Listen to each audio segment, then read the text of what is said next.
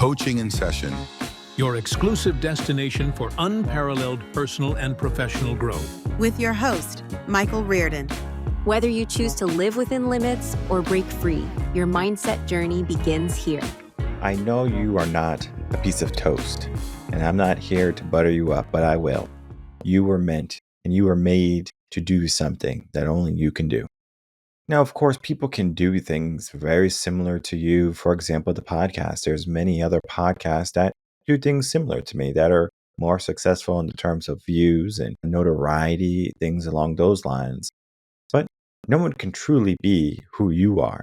No one can truly mimic exactly what you can do. Now, they can get very close. I remember when I was cooperating teaching, and my cooperating teacher, his name was Ken Trapp, great guy, and he had a way with teaching. One of the things I struggled with when I went in was the skill aspect to what I needed to do was music.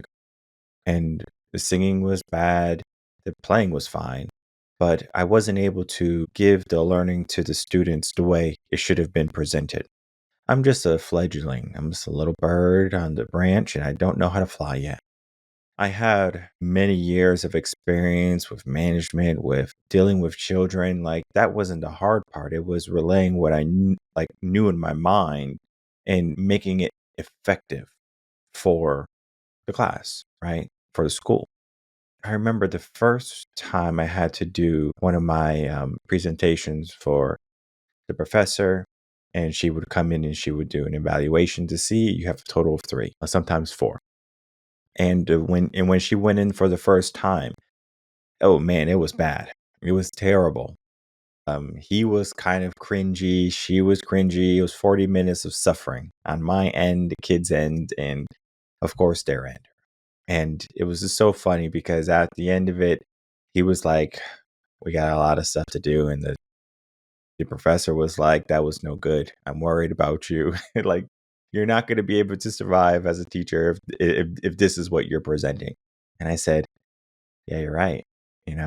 What do I need to do?" And I remember that day at the end of the school, he basically took over because he saw us kind of down and out, like I was kind of depressed.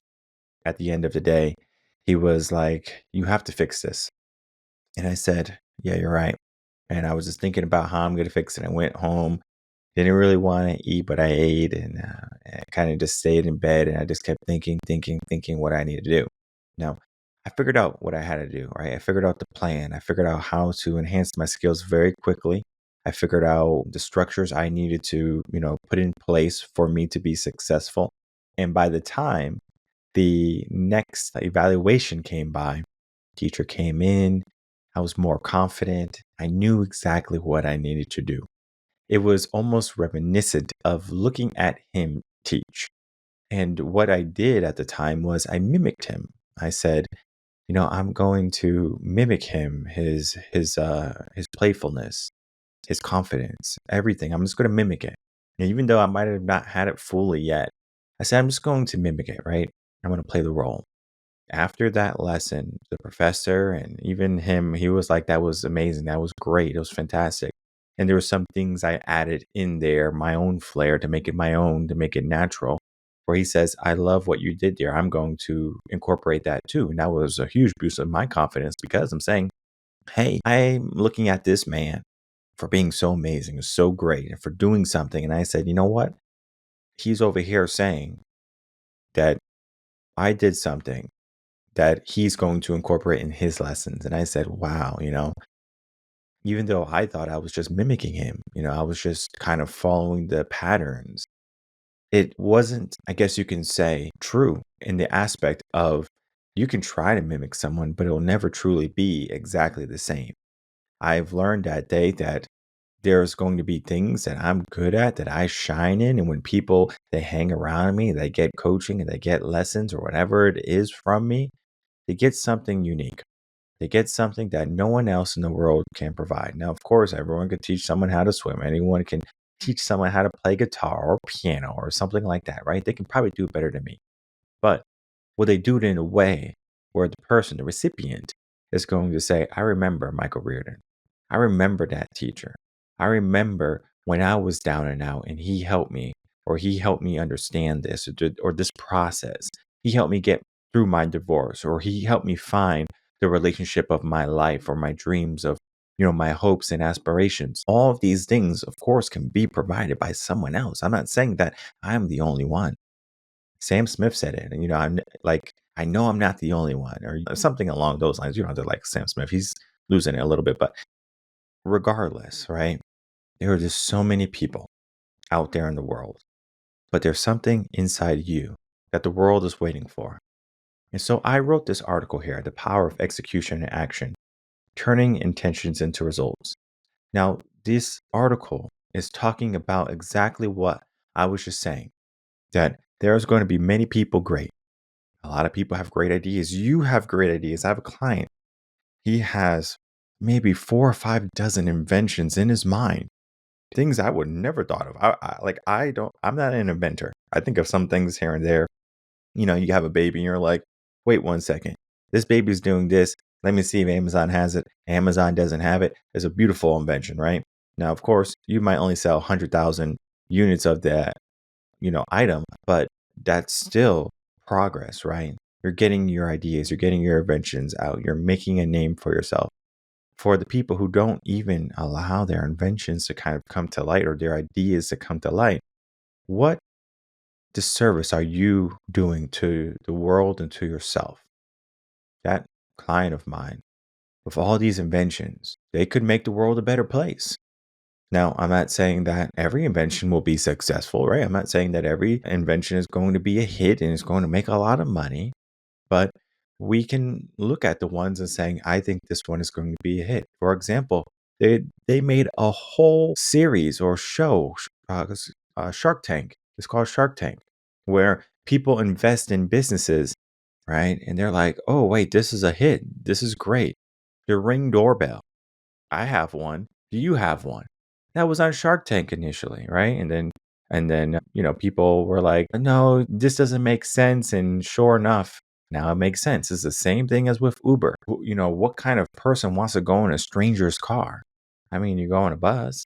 I mean, you go in a cab, you go on a subway. So what's the difference between going in someone's car who's not a taxi driver, who's an Uber driver? And it's very different mindsets, right?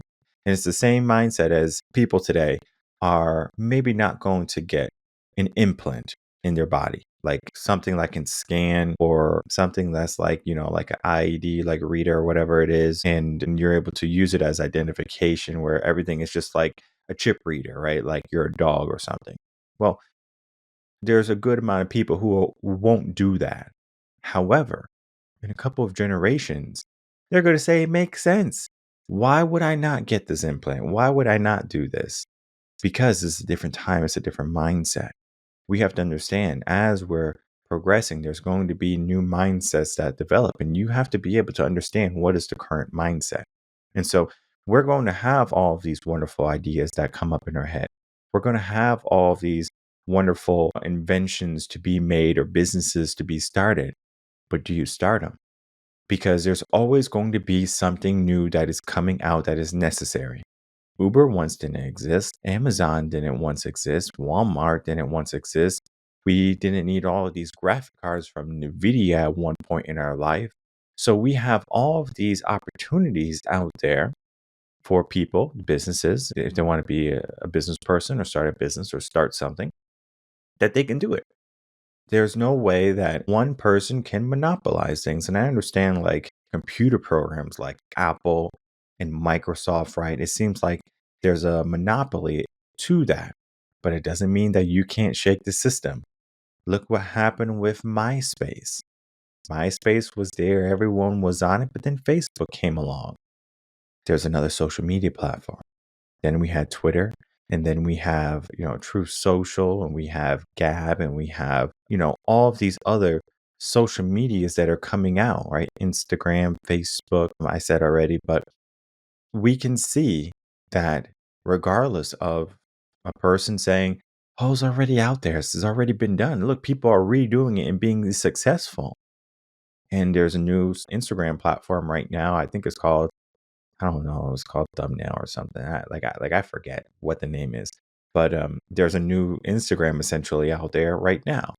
right? We can look at, a different Zoom type of thing, right? We have Google Meet and we have Zoom. You can make a third one, right? Maybe you have an idea for making something that's better than Google Meet or better than Zoom. All of these ideas are within reach, right? You can do that. We are in a time where there's so much freedom in what a person can do, what a person can say, even. A person can be something in their life and a person can be nothing in their life. And that is where we have a problem. Because if I said, you can be great, and as I said, you are great, right? There's something that only you can do, but you have an option, right? It's a choice. You can say, you know what? Even though I can be amazing, even though I can be great, even though I can, create some change in the world, I'm not. I won't. And this is where many people, they get stuck. They say, I have all of these, potentials to bring to life, but you don't. I won't. I shouldn't, right? There's so many naysayers that are going to have doubts, that are going to belittle your idea. Maybe you have a great idea and someone says, that's a stupid idea. And you're like, I guess it is a stupid idea. What was I thinking? I'm sure there's many inventions out there, things that are out there right now, programs that people probably said, hey, that's not really that great. The fidget spinner things, like maybe people are like, why would someone fidget spin? Like, why not just spin your hand around or something, right? $1 million business, right? You sold it for millions.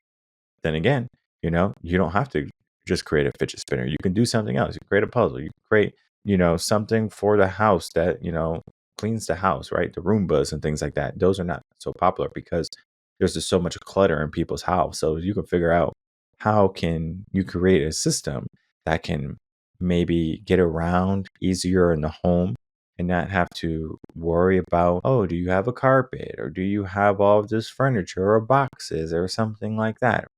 There's things like that. Or if you don't have nice, smooth floors, like for example, we have stone floors in our house, and the stone is like jagged. So it's like uneven. So I couldn't even get a Roomba if I wanted to in this house, because if I did try to get a Roomba, it would always be like getting stuck and it'll be a problem and it'll be breaking. And I said, you know what? I don't want to deal with all that nonsense.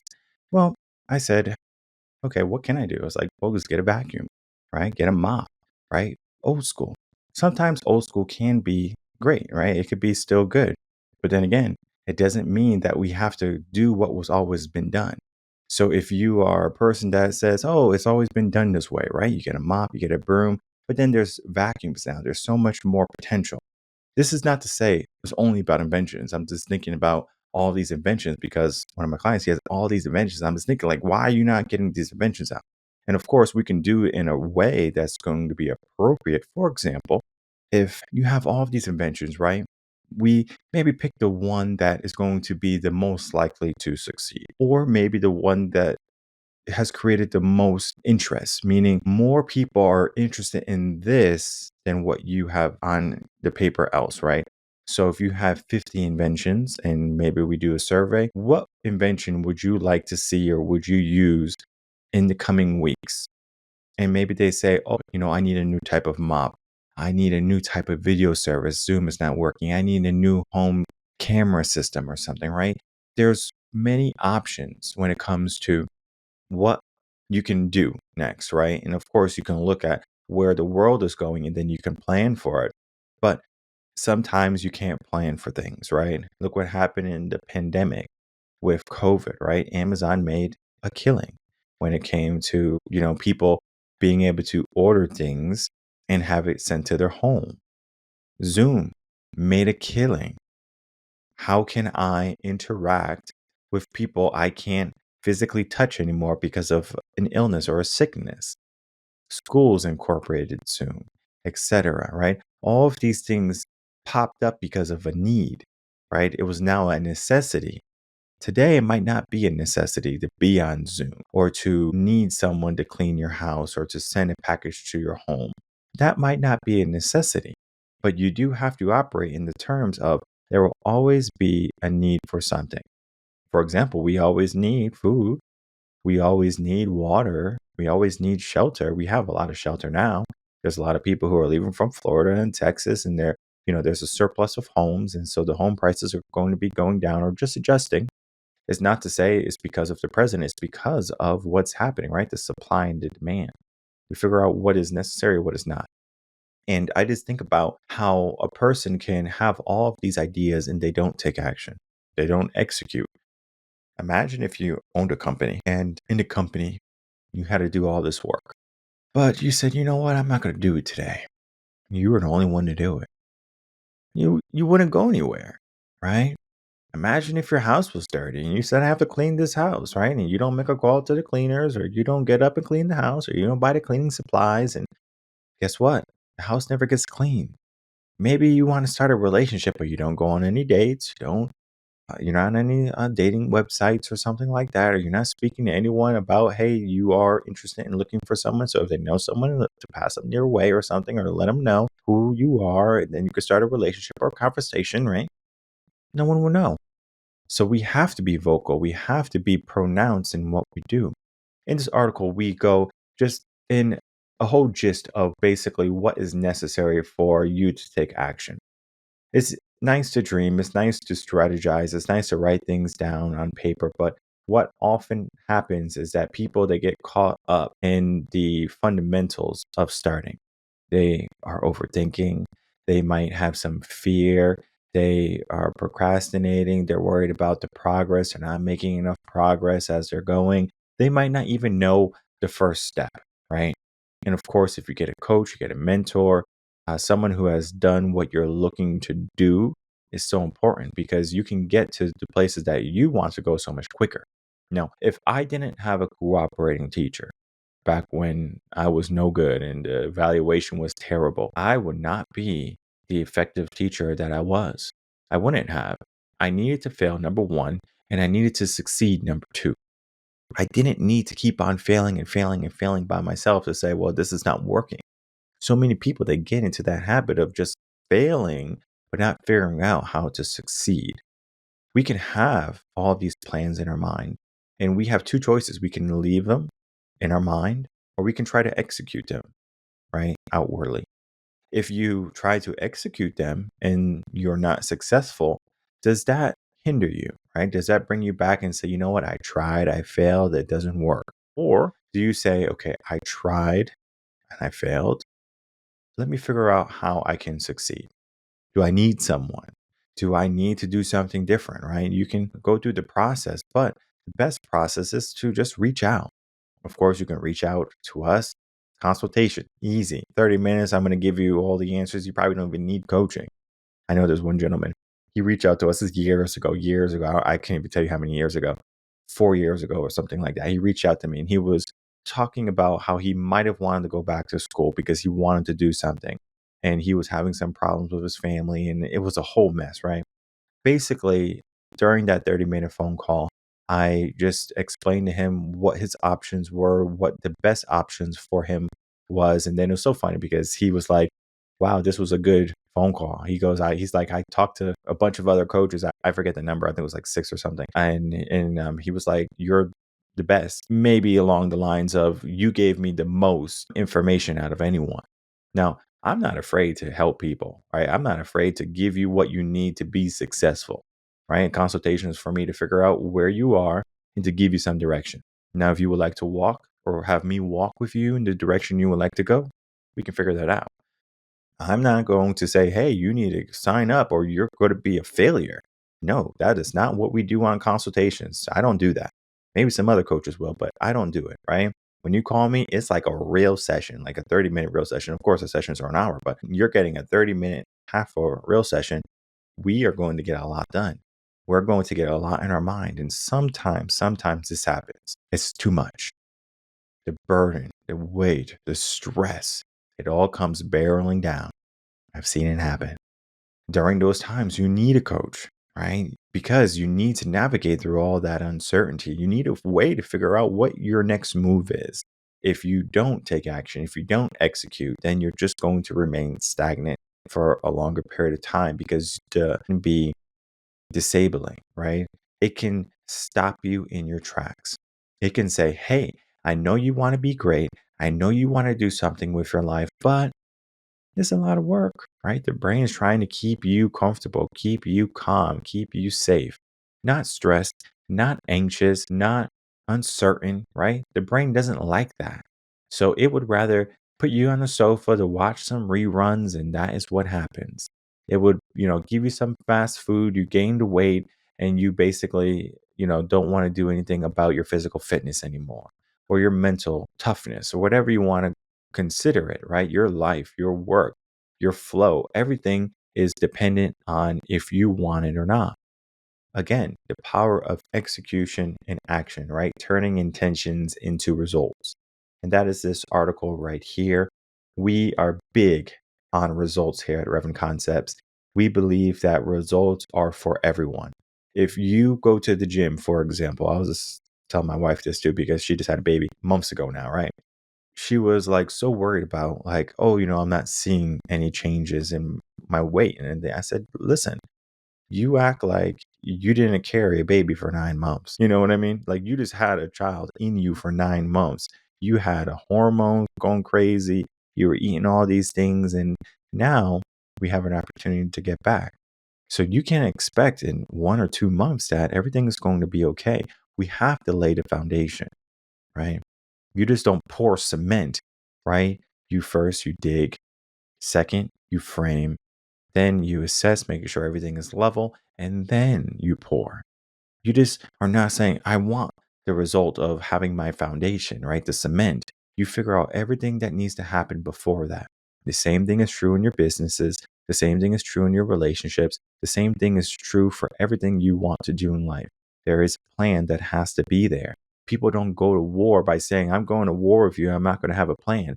You're going to war with someone and you don't have an army. You don't have an arsenal, or you don't have the mindset for victory. You just have the mindset for war. You have the mindset for the idea of what you would like. And yeah, sure, that's a great dream. It's a great place to begin. But can you execute 100%?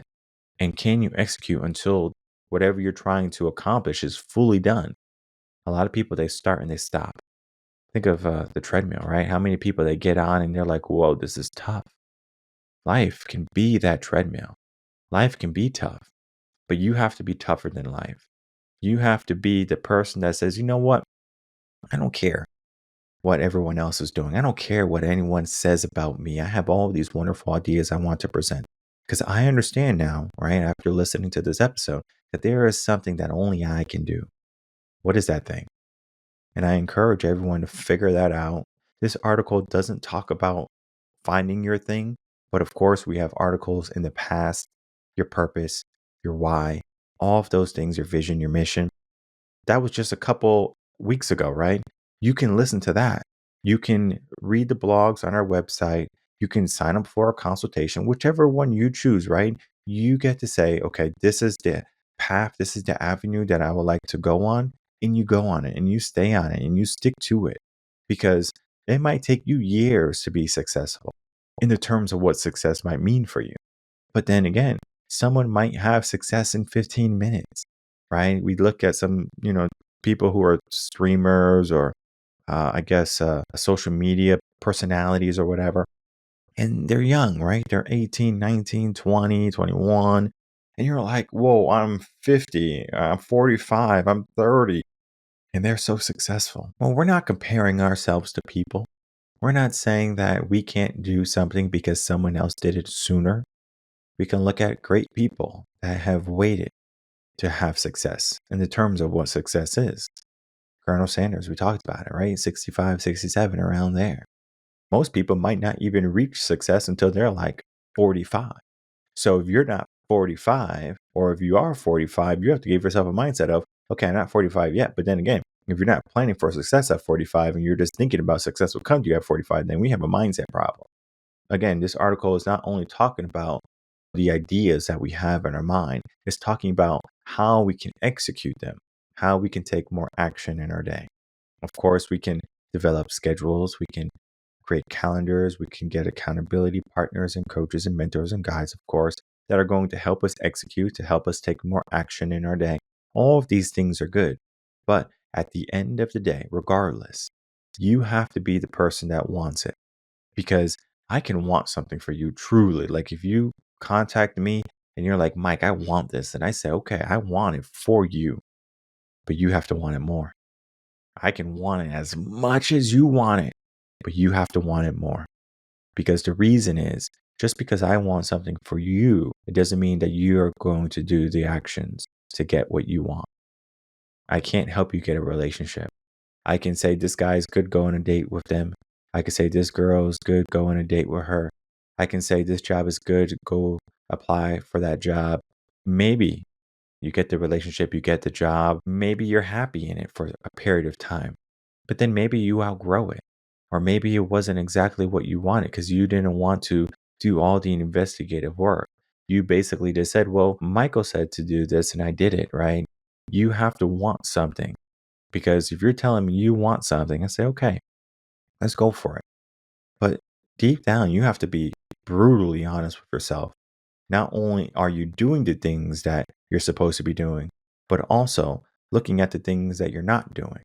Because it's easy to say, this is my to-do list.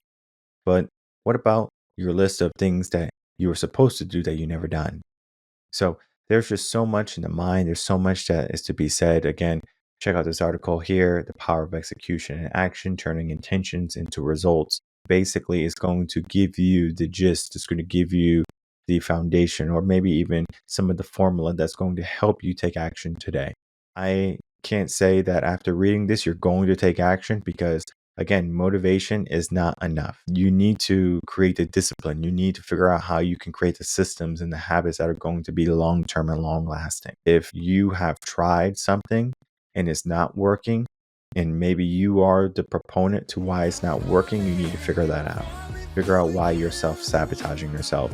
Maybe you're afraid of the success. Maybe you don't know how to do things, so you're trying to figure out.